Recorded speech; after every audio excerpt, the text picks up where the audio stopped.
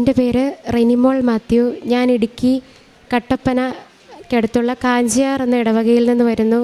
ഞാൻ ആദ്യമായിട്ട് ഉടമ്പടി എടുത്തത് 2022 ഓഗസ്റ്റ് 31-നാണ്. ഞാൻ ഈ അൾത്താരയിൽ എന്നെ ഇവിടെ നിർത്തിയ മാതാവിന് 1000 നന്ദി പറയുന്നു. എൻ്റെ വാക്കുകളിൽ പിഴവുകളൊക്കെ ഉണ്ടായേക്കാം, എനിക്കത്ര പരിചയമൊന്നുമില്ല ഇങ്ങനെയൊന്നും സംസാരിച്ച്. എങ്കിലും മാതാവിൻ്റെ അനുഗ്രഹത്തോടെ എല്ലാം പറയാൻ പറ്റുമെന്ന് ഞാൻ വിശ്വസിക്കുന്നു. ഞാൻ ആദ്യമായിട്ട് കൃപാസനം പത്രം എൻ്റെ കയ്യിൽ കിട്ടിയത് എനിക്കൊരു ഹാർട്ട് ബീറ്റിനൊരു ചെറിയ പ്രശ്നം വന്നു. അപ്പോൾ എനിക്ക് പ്രഗ്നൻസി ടൈമിൽ ഫുള്ളായിട്ട് 2 കുഞ്ഞുങ്ങളുണ്ട്. 2 പേരുടെയും പ്രഗ്നൻസി ടൈമിൽ ആകെപ്പാടെ അസുഖങ്ങളും കാര്യങ്ങളും DVT എന്ന് പറഞ്ഞ ഒരു അസുഖം ഉണ്ടായിരുന്നു. ത്രോംബോസിസ്, നമ്മുടെ കാലിലെ ബ്ലഡ് ക്ലോട്ടായി, കാലിൽ മാത്രമല്ല ശരീരത്ത് എവിടെ വേണമെങ്കിലും ക്ലോട്ട് വരാം. അപ്പോൾ അതുകൊണ്ട് ഫുൾ ഇഞ്ചക്ഷനും കാര്യങ്ങളും ആശുപത്രിയുടെ പടി തന്നെ നമുക്ക് ഒരു മടുപ്പായി. അപ്പോൾ ഇനിയും വീണ്ടും ഇതെല്ലാം കഴിഞ്ഞ് ഇനിയും ആശുപത്രിയിലേക്കാണോ മാതാവ് എന്ന് പേടിച്ച് ഞാൻ ആരോടും ഒന്നും പറയാതിരുന്നു. ഹാർട്ട് ബീറ്റിന് വ്യത്യാസം എന്ന് പറഞ്ഞാൽ നമുക്കറിയാം, ഹാർട്ടിന് എന്തെങ്കിലും പ്രശ്നമുള്ളവർക്കാണല്ലോ അങ്ങനെയൊക്കെ വരുന്നത്. അപ്പോൾ ഇത് പേടിച്ചിട്ട് ഞാനിങ്ങനെ ഒന്നും പറയാതിരുന്നിട്ട് ഞാനിങ്ങനെ കൃപാസനം പത്രം കിട്ടിക്കഴിഞ്ഞപ്പോൾ ഞാൻ അത് വെച്ച് പ്രാർത്ഥിച്ചു. അപ്പോൾ എനിക്ക് പത്രം തന്നയാൾ ഒരു കുപ്പി തേനും തന്നായിരുന്നു. അപ്പോൾ ഞാൻ ഒരു തുള്ളി തേനൊക്കെ കഴിച്ച് പ്രാർത്ഥിച്ച് പിറ്റേ ദിവസമായപ്പോൾ എനിക്ക് തോന്നി എന്നാൽ ഒന്ന് ഹോസ്പിറ്റലിൽ പോയി നോക്കാം. ഹോസ്പിറ്റലിൽ പോയി സ്കാൻ ചെയ്തു, എക്സ്റേ എടുത്തു, ECG എടുത്തു, ഒരു പ്രശ്നവുമില്ല. പിന്നെ എനിക്ക് ടെൻഷൻ തന്നെ. അപ്പോൾ ഞാൻ ഈ സ്കാനിങ്ങിൻ്റെ റിപ്പോർട്ട് മേടിക്കാൻ വേണ്ടി അവിടെ ഇരിക്കുമ്പം അവിടെ തന്നെ എനിക്കിങ്ങനെ തോന്നുക ഹീമോഗ്ലോബിൻ ഒന്ന് ടെസ്റ്റ് ചെയ്യണമെന്ന്. അപ്പോൾ സയൻസ് പഠിച്ചതുകൊണ്ട് ഇതിനെക്കുറിച്ച് ഹീമോഗ്ലോബിനൊക്കെ എങ്ങനെയാണെന്നൊക്കെ എനിക്കറിയാം. അപ്പോൾ അതുകൊണ്ടൊന്ന് ടെസ്റ്റ് ചെയ്തേക്കാമെന്ന് വെറുതെ തന്നെ തോന്നുക. എനിക്ക് നേരത്തെ അങ്ങനെ ഒരു പ്രശ്നം ഉണ്ടായിട്ടില്ല. അപ്പോൾ ഞാൻ പോയി ഹീമോഗ്ലോബിൻ ടെസ്റ്റ് ചെയ്ത് നോക്കിയപ്പോൾ എനിക്ക് ഹീമോഗ്ലോബിൻ്റെ റിസൾട്ട് ഒരു 8.9 അങ്ങനെ എത്രയും കണ്ടോ കിട്ടിയത്. അപ്പോൾ അതായിരുന്നു കാരണം. ഡോക്ടറെ കണ്ടു. ഞാൻ ഡോക്ടറോട് അങ്ങോട്ട് പറഞ്ഞു, ഇതാണോ ഡോക്ടറെ കാരണമെന്ന് അങ്ങോട്ട് ചോദിച്ചപ്പോൾ ഡോക്ടർ എന്നോട് ചോദിച്ചു നേഴ്സോ അങ്ങനെ എന്തെങ്കിലും ആണോ. അപ്പോൾ ഞാൻ പറഞ്ഞു ഒന്നുമില്ല, എനിക്കിങ്ങനെ തോന്നിയിട്ട് ഞാൻ ചെയ്തതാണെന്ന് പറഞ്ഞു. അപ്പോൾ ഡോക്ടർ എന്നോട് പറഞ്ഞു എന്നാൽ അയൺ ടാബ്ലറ്റ് കഴിച്ചിട്ട് 1 മാസം കഴിയുമ്പോഴത്തേക്ക് നമുക്ക് ഒന്നുകൂടെ നോക്കാമെന്ന് പറഞ്ഞു. അപ്പോൾ അയൺ ടാബ്ലറ്റ് കഴിച്ചു കഴിഞ്ഞപ്പോഴത്തേക്ക് എനിക്ക് ഭയങ്കര ബുദ്ധിമുട്ട്, വയറ്റിലാകെപ്പാടെ പ്രശ്നം. ഒന്നെങ്കിൽ ലൂസായിട്ട് വയറ്റിൽ നിന്ന് പോകുന്നു, അല്ലെങ്കിൽ വയറ്റിൽ നിന്ന് പോകാതിരിക്കുന്നു. ഇത് ഭയങ്കര ബുദ്ധിമുട്ടായിരുന്നു. അപ്പോൾ 2 ചെറിയ കുട്ടികളുള്ളതുകൊണ്ട് നമുക്ക് ഇവരെയും വെച്ച് വീട്ടിലെ കാര്യങ്ങളൊക്കെ ചെയ്യണം. ഇങ്ങനെയെല്ലാം വായ്പത്തേക്ക് എനിക്ക് ബുദ്ധിമുട്ടായി. അപ്പോൾ ഞാൻ അന്നേരം തൊട്ട് ഉടമ്പടി തൈലം നാക്കിൽ കുരിശ് വരയ്ക്കും, തേൻ ഉപയോഗിക്കാൻ തുടങ്ങി, ഉപ്പ് ഉപയോഗിക്കാൻ തുടങ്ങി. അപ്പോൾ പിന്നെ ആയപ്പോൾ അത് നോർമലായെന്ന് പറഞ്ഞാൽ 11 പോയിൻറ്റ് സംതിങ് ഒക്കെ ആയി. നമുക്ക് അത്രയൊക്കെ മതി, എനിക്ക് ആ ബുദ്ധിമുട്ടുകളൊക്കെ മാറി. പിന്നെ ഞാൻ ഇവിടെ വന്ന് തീർത്ഥാടന ഉടമ്പടി എടുക്കണമെന്ന് തോന്നി. അപ്പോൾ ഹസ്ബൻഡ് പുറത്താണ് ജോലി ചെയ്യുന്നത്. ഹസ്ബൻഡ് വന്നപ്പം ഞങ്ങളെല്ലാവരും കൂടെ ഫാമിലിയായിട്ട് ഇവിടെ വന്നു. ഞാൻ തീർത്ഥാടന ഉടമ്പടി എടുത്തു. ആ സമയത്തെല്ലാം ഞാൻ PSCക്ക് വേണ്ടി ട്രൈ ചെയ്യുന്നുണ്ടായിരുന്നു. അപ്പോൾ കല്യാണത്തിന് മുന്നേ തൊട്ട് തുടങ്ങിയതാണ് PSC പഠിത്തം. അപ്പോൾ നാട്ടുകാരെല്ലാം ചോദിക്കും ഇതുവരെ ഒന്നും ആയില്ലേ, ഇത്രയും പഠിച്ചില്ലേ, ജോലിയൊന്നും ആയില്ലേ, വീട്ടുകാർ ചോദിക്കും, നാട്ടുകാർ ചോദിക്കും. ഈ ചോദ്യമെല്ലാം കേട്ടിട്ട് ഭയങ്കര ബുദ്ധിമുട്ടായിരുന്നു. മനസ്സിലൊരു ജോലിയില്ല എന്നുള്ള ഭയങ്കര സങ്കടമായിരുന്നു. അപ്പോൾ ഈ സങ്കടം വെച്ച് ഞാനിവിടെ വന്ന് മാതാവിനോട് പ്രാർത്ഥിച്ചു. ഞാൻ ഉടമ്പടിയിൽ നിയോഗം വെച്ച് ആദ്യത്തെ പുതുക്കൽ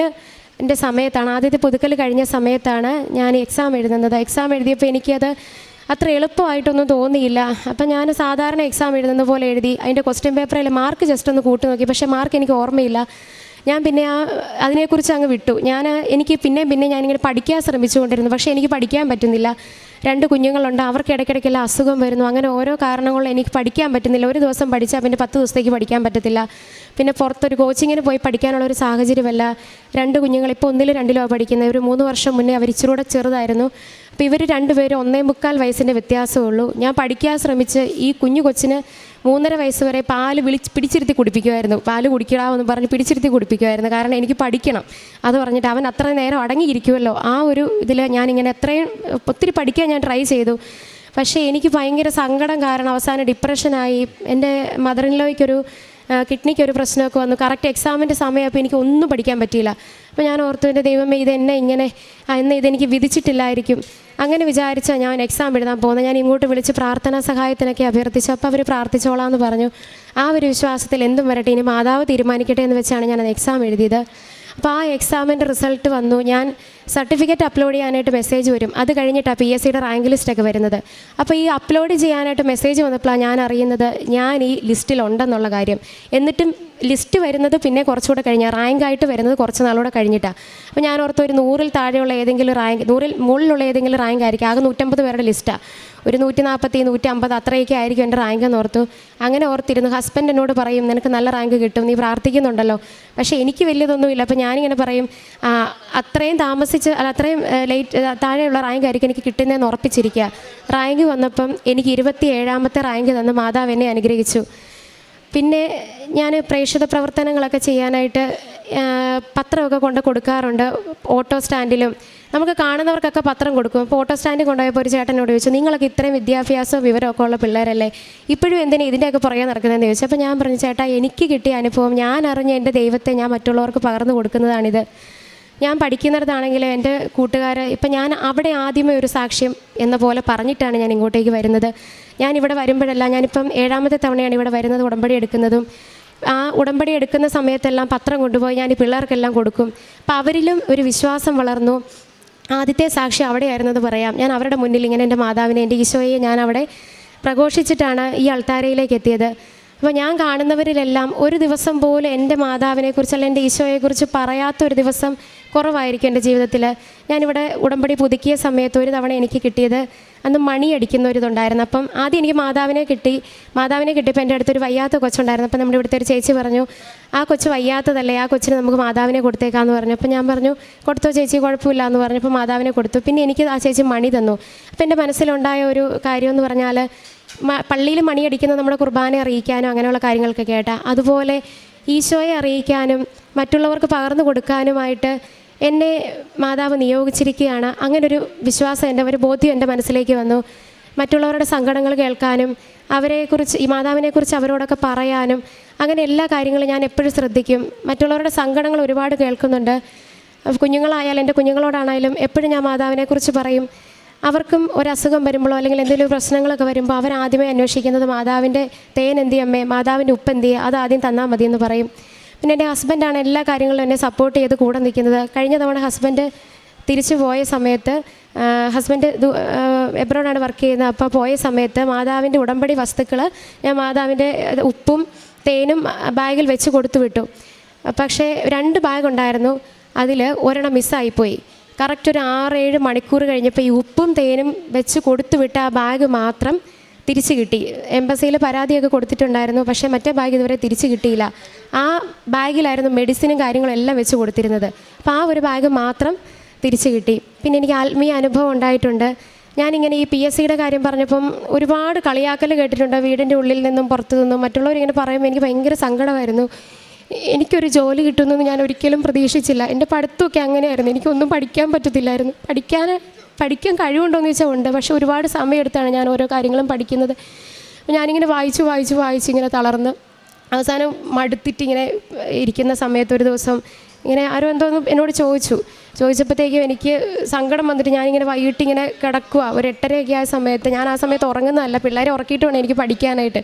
അപ്പോൾ ഞാനങ്ങനെ ഉറക്കാൻ ശ്രമിച്ച സമയത്ത് ഞാനും കൂടെ കിടന്നങ്ങ് ഉറങ്ങിപ്പോയി. ആ സമയത്ത് മാതാവ് വന്നിട്ട് എന്നോട് പറയുന്ന പോലെ എനിക്ക് ആ സൗണ്ട് ഞാനിങ്ങനെ കേൾക്കുക, സമയമാകുമ്പോൾ നിനക്ക് ജോലി കിട്ടും, ഫേസ്ബുക്കിൻ്റെ ഉപയോഗം കുറയ്ക്കണമെന്ന്. അപ്പോൾ ഞാൻ ആ സമയത്ത് ഇങ്ങനെ ഡിപ്രഷൻ പോലായ സമയത്ത് എനിക്ക് ഇതിൽ നിന്ന് ശ്രദ്ധ മാറ്റാൻ വേണ്ടി ഞാൻ ഈ ഫേസ്ബുക്കിൽ വരുന്ന 3 മിനിറ്റുള്ള സീരിയലൊക്കെ ഇങ്ങനെ കാണുമായിരുന്നു. അപ്പോൾ ആ ഒരു കാര്യം മാതാവ് കറക്റ്റായിട്ട് എന്നെ ഓർമ്മിപ്പിച്ച് തന്നു. ഞാൻ ഫേസ്ബുക്കൊക്കെ ഇൻസ്റ്റാൾ ചെയ്തു. ഞാൻ അതിൽ വലിയ കാര്യങ്ങളൊന്നും പിന്നെ കാണാറായി. പെട്ടെന്നൊന്നും എനിക്ക് ചെയ്യാൻ പറ്റില്ല. ഞാൻ പതുക്കെ എല്ലാത്തിൽ നിന്നും മാറി. ദൈവം ഇങ്ങനെ പടിപടിയായിട്ട് എന്നെ ഓരോ കാര്യങ്ങളിൽ നിന്നും മാറ്റിക്കൊണ്ട് വന്നു. പിന്നെ ജോസഫ് അച്ഛനെ ഞാൻ സ്വപ്നം കണ്ടിട്ടുണ്ട്. അച്ഛനെ ബ്ലെസ്സിങ് കിട്ടുന്നതായിട്ട് ഒരു 2-3 തവണ ഞാൻ സ്വപ്നത്തിൽ കണ്ടിട്ടുണ്ട്. പിന്നെ ഞാൻ അച്ഛൻ്റെ അടുത്ത് വന്ന് ബ്ലെസ്സിങ് വാങ്ങിച്ചിട്ടുമുണ്ട്. അത് ഈ എക്സാമൊക്കെ കഴിഞ്ഞിട്ട് വേറൊരു കാര്യത്തിന് വേണ്ടിയിട്ടായിരുന്നു ഞാൻ വന്നിങ്ങനെ ബ്ലെസ്സിങ് വാങ്ങിച്ചത്.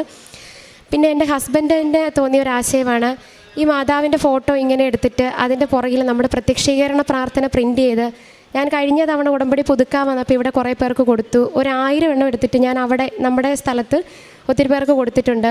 പിന്നെ പത്രം കൊടുക്കുമ്പോൾ ഞാൻ പ്രാർത്ഥിച്ച് വിശ്വാസ പ്രമാണം ചൊല്ലി അതിൽ വിശുദ്ധ തൈലം കൊണ്ട് കുരിശ് വരച്ചിട്ടാണ് പത്രങ്ങൾ കൊടുക്കാറ്. പിന്നെ ഈ വിശ്വാസ പ്രമാണം ചെല്ലുമ്പം അതിനകത്ത് ആ വിശ്വാസ പ്രമാണം ചെറുപ്പത്തിൽ തൊട്ട് ഞാൻ ശ്രദ്ധിക്കുന്ന ഒരു കാര്യമുണ്ട്, ഈശോയുടെ 2ാം വരവ്. അപ്പോൾ അതിനായിട്ട് നമ്മളിങ്ങനെ ഒരുങ്ങണം. ആ ഒരു കാര്യത്തെക്കുറിച്ച് ഞാൻ എൻ്റെ മക്കളോടും പറഞ്ഞു കൊടുക്കാറുണ്ട്. അപ്പോൾ അവർക്കും അതിനെക്കുറിച്ച് അറിയാം.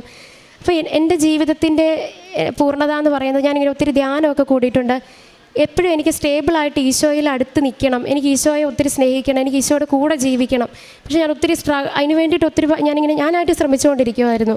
അപ്പോൾ ഈ ഉടമ്പടി എന്ന് പറയുന്നത് ആ ജീവിതത്തിൻ്റെ ഒരു പൂർണ്ണതയാണെന്ന് എനിക്ക് തോന്നിയിട്ടുണ്ട്. നമുക്ക് വിശുദ്ധിയിൽ ജീവിക്കാനായിട്ടുള്ള ഏറ്റവും നല്ല മാർഗ്ഗമാണ് ഉടമ്പടി. ഒരു ധ്യാനം കൂടിക്കഴിഞ്ഞാൽ ഒരു കുറച്ച് ദിവസത്തേക്ക് അതിൻ്റെ ഒരു ചൈതന്യം നിൽക്കും. അത് കഴിയുമ്പം വീണ്ടും നമ്മൾ പഴയ പടിയാകും. ഉടമ്പടി ചെയ്യുന്ന സമയത്തും എനിക്കങ്ങനെ പറ്റിയിട്ടുണ്ട്. ഒത്തിരി തെറ്റുകൾ എനിക്ക് പറ്റിയിട്ടുണ്ട്. ഞാൻ ആ സംസാരത്തിലും എല്ലാം കൊണ്ട് എനിക്ക് തെറ്റുകൾ പറ്റിയിട്ടുണ്ട് വീട്ടിലും. പക്ഷേ എങ്കിലും ദൈവം ഇങ്ങനെ ചേർത്ത് നിർത്തുന്നത് പോലെ ഓരോ തവണ എന്തെങ്കിലും പറ്റുമ്പോൾ അതെനിക്ക് കാണിച്ചു തന്ന് ഞാൻ വീണ്ടും പോയി കുമ്പസാരിച്ച് വീണ്ടും ഞാൻ പരിശ്രമിച്ചുകൊണ്ടിരിക്കുക. ഞാനിങ്ങനെ വിശുദ്ധിയിലേക്ക് വളരാനായിട്ട് ഞാൻ പരിശ്രമിച്ചുകൊണ്ടിരിക്കുക. എനിക്കൊറ്റ ആഗ്രഹമേ ഉള്ളൂ, എനിക്ക് ജോലി കിട്ടണമെന്നുള്ളത്. സാമ്പത്തികമായിട്ട് എനിക്ക് ഉന്നമനം കിട്ടാനൊന്നുമല്ല. എന്നോടടുത്ത് ഒരാൾ ഒരു രൂപ ചോദിക്കുമ്പോൾ അല്ലെ മറ്റുള്ളവരുടെ ഒരു ബുദ്ധിമുട്ട് കാണുമ്പോൾ അവരെ ഒന്ന് സഹായിക്കണമെങ്കിൽ എൻ്റെ കയ്യിൽ പൈസ വേണം. അപ്പോൾ എനിക്ക് ജോലിയെന്ന് പറയുന്നത് എൻ്റെ പ്രധാനപ്പെട്ട ആവശ്യം അതാണ്. ബാക്കിയൊക്കെ ദൈവം തന്നോളൂ എന്ന് എനിക്ക് ഉറപ്പാണ്. അപ്പോൾ ദൈവം ബാക്കി എല്ലാം എന്നെ കരുതുമെന്ന് എനിക്കറിയാം. അപ്പോൾ എനിക്കൊരു ജോലി വേണം. പിന്നെ ഇങ്ങനെ കളിയാക്കൽ കേൾക്കുമ്പോൾ നമ്മൾ സ്വാഭാവികമായിട്ട് ആഗ്രഹിച്ച് പോകുമല്ലോ അതിൽ നിന്നൊന്ന് രക്ഷപ്പെടാൻ. അപ്പോൾ ഇതൊക്കെ അത്രയേ ഉള്ളൂ, എനിക്ക് അത്രേ ആഗ്രഹമേ ഉള്ളൂ. ഇനി എൻ്റെ ജീവിതം മുഴുവനും എൻ്റെ മക്കളെ, എൻ്റെ ഭർത്താവിനെ, അതുപോലെ എനിക്ക് പറ്റുന്ന എല്ലാവരെയും ഈശോയിലേക്ക് അടുപ്പിച്ചുകൊണ്ട് വിശുദ്ധിയിലേക്ക് ജീവിക്കാനാണ് എൻ്റെ ആഗ്രഹം. ഇത്രയും പറഞ്ഞുകൊണ്ട് എൻ്റെ സാക്ഷ്യം ഞാൻ നിർത്തുന്നു. പരിശുദ്ധ അമ്മയ്ക്കും ദൈവകുമാരനും നന്ദി പറയാം. സങ്കീർത്തനം 30 അതിൻ്റെ 4 പറയും, കർത്താവിൻ്റെ വിശുദ്ധരെ അവിടുത്തെ പാടിപ്പുകഴ്ത്തുവിൻ, അവിടുത്തെ പരിശുദ്ധ നാമത്തിന് കൃതജ്ഞത അർപ്പിക്കുവിൻ. നമ്മൾ ഇവിടെ ഉടമ്പടി എടുക്കുമ്പോൾ കിട്ടുന്ന ഓരോ അനുഭവത്തിനും നമ്മളുടെ കർത്താവിന് കൊടുക്കാവുന്ന ഏറ്റവും വലിയ കാര്യം എന്ന് പറയുന്നത് അവിടത്തേക്ക് നന്ദി പ്രകാശിപ്പിക്കുക, കൃതജ്ഞത അർപ്പിക്കുക എന്നുള്ളത് തന്നെയാണ്. ഇപ്പോൾ ഈ സഹോദരി ഇവിടെ വന്നിട്ട് പറഞ്ഞു, ഒരു ഹീമോഗ്ലോബിൻ്റെ കൗണ്ട് കൂടുന്ന ഒരു അസുഖം, അത് ഒരു ഡോക്ടറും പറയാതെ തന്നെ പരിശുദ്ധ അമ്മ ഈ സഹോദരിക്ക് അത് ചെക്ക് ചെയ്യണമെന്നും അതിനനുസരിച്ച് അമ്മ നൽകിയ പ്രേരണ അനുസരിച്ച് അത് ചെക്ക് ചെയ്തപ്പോൾ അതിൻ്റെ കൗണ്ട് കൂടുതലായിട്ട് കാണുകയും രോഗനിർണയം നടത്തുകയും രോഗസൗഖ്യം ലഭിക്കുകയും ചെയ്തു. ഒപ്പം PSC പരീക്ഷ എഴുതുമ്പോൾ ഒരു സാഹചര്യവുമില്ല, കുഞ്ഞുങ്ങളെ നോക്കി പഠിക്കാൻ പറ്റാത്ത സാഹചര്യങ്ങൾ, കരഞ്ഞ് നിലവിളിക്കുന്ന സാഹചര്യത്തിൽ പരിശുദ്ധമ്മയുടെ അനുഭവം ഉണ്ടാകുന്നു. അമ്മ പറയുന്നു നീ പാസ്സാകുമെന്ന് പറയുന്നു. പ്രതീക്ഷിച്ചതിനേക്കാളും ഒത്തിരി ഉയർന്ന റാങ്കോടുകൂടി നിയമനം ലഭിക്കുന്നു. അപ്പോൾ അത് പരിശുദ്ധമ്മയുടെ ഏറ്റവും വലിയൊരു കൃപയാണ്, പരിശുദ്ധമ്മയോട് ചേർന്ന് നിൽക്കുന്നതിൻ്റെ. ഈ സഹോദരി ഇപ്പോൾ പറയുകയായിരുന്നു, മറ്റു ധ്യാനങ്ങൾ കൂടുന്നത് പോലെയല്ല, ഉടമ്പടി എടുത്ത് പ്രാർത്ഥിക്കുമ്പോൾ നമ്മൾ ആ വിശുദ്ധിയിൽ ഇങ്ങനെ നിലനിൽക്കും. എനിക്ക് തോന്നുന്നു പരിശുദ്ധമ്മയുടെ ഇപ്പോൾ സ്വർഗത്തിലേക്കുള്ള നമ്മുടെ യാത്രയിൽ ഇപ്പോൾ ഈ കാലഘട്ടത്തിൽ ഏറ്റവും എളുപ്പ വഴിയിലൂടെ സ്വർഗത്തിലേക്ക് നമുക്ക് കടക്കുവാൻ വേണ്ടി പരിശുദ്ധ അമ്മയിലൂടെ ഉള്ള ദൈവത്തിൻ്റെ ഏറ്റവും വലിയ വഴിയാണ് ഉടമ്പടി പ്രാർത്ഥന. ഉടമ്പടി പ്രാർത്ഥനയുടെ വിശ്വസ്തതയിലുണ്ടെങ്കിൽ തീർച്ചയായിട്ടും നമ്മൾ കർത്താവിൻ്റെ മുമ്പിൽ എത്തുമെന്നുള്ളത് ജീവിത വിശുദ്ധി വഴി, ആത്മീയ വിശുദ്ധി വഴി നമ്മൾ ദൈവത്തിൻ്റെ മുമ്പിൽ എത്തും. തീർച്ചയായും ഈ സഹോദരിയിലൂടെ പരിശുദ്ധ മാതാവിലൂടെ നടന്ന വലിയ അനുഗ്രഹത്തിന് കരങ്ങളടിച്ചുകൊണ്ട് ദൈവതാവിന് നമുക്ക് നന്ദി അർപ്പിക്കാം. അത്യപൂർവ ദൈവാനുഭവങ്ങൾ ഇനി നിങ്ങൾക്കും സ്വന്തം. ഈ യൂട്യൂബ് ചാനൽ ഇതുവരെ സബ്സ്ക്രൈബ് ചെയ്തിട്ടില്ലെങ്കിൽ ഇപ്പോൾ തന്നെ സബ്സ്ക്രൈബ് ചെയ്യുക. ഈ വീഡിയോ ഇപ്പോൾ തന്നെ നിങ്ങളുടെ സുഹൃത്തുക്കൾക്ക് ഷെയർ ചെയ്തുകൊണ്ട് കർത്താവിൻ്റെ പ്രേക്ഷിതരാകുക.